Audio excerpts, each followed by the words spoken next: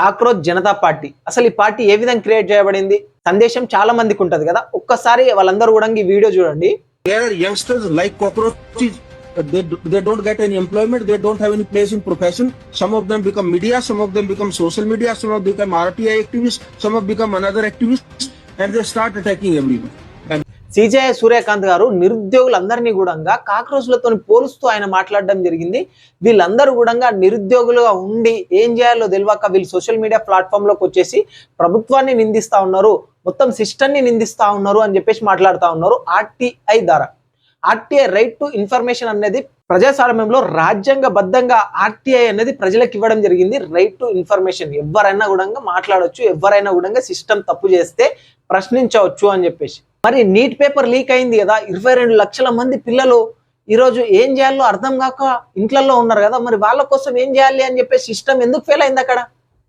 మరి education minister ని ఎవరు కూడా అనడం లేదు ఎందుకు? సిజే సూర్యకాంత్ గారు వాళ్ళు ఆర్టీఐ ప్రకారము వాళ్ళు ప్రభుత్వాన్ని క్వశ్చన్ చేసే హక్కు వాళ్ళకు ఉంది కాబట్టి క్వశ్చన్ చేస్తారు. వాళ్ళందరినీ కూడా కాక్రోచ్ తోని పోల్చడం వల్ల ఎస్ మేమందరం కూడా కాక్రోచ్లమే అని చెప్పేసి కాక్రోచ్ జనతా పార్టీ అనేది ఏర్పడడం జరిగింది. ఈ ఇన్స్టా పేజ్ కూడా 4.5 మిలియన్ ఫాలోవర్స్ ఉన్నారు. అంటే అర్థం చేసుకోండి 45 లక్షల మంది ఒక 2 రోజుల్లోనే ఫాలోవర్స్ గా పెరిగిర్రు.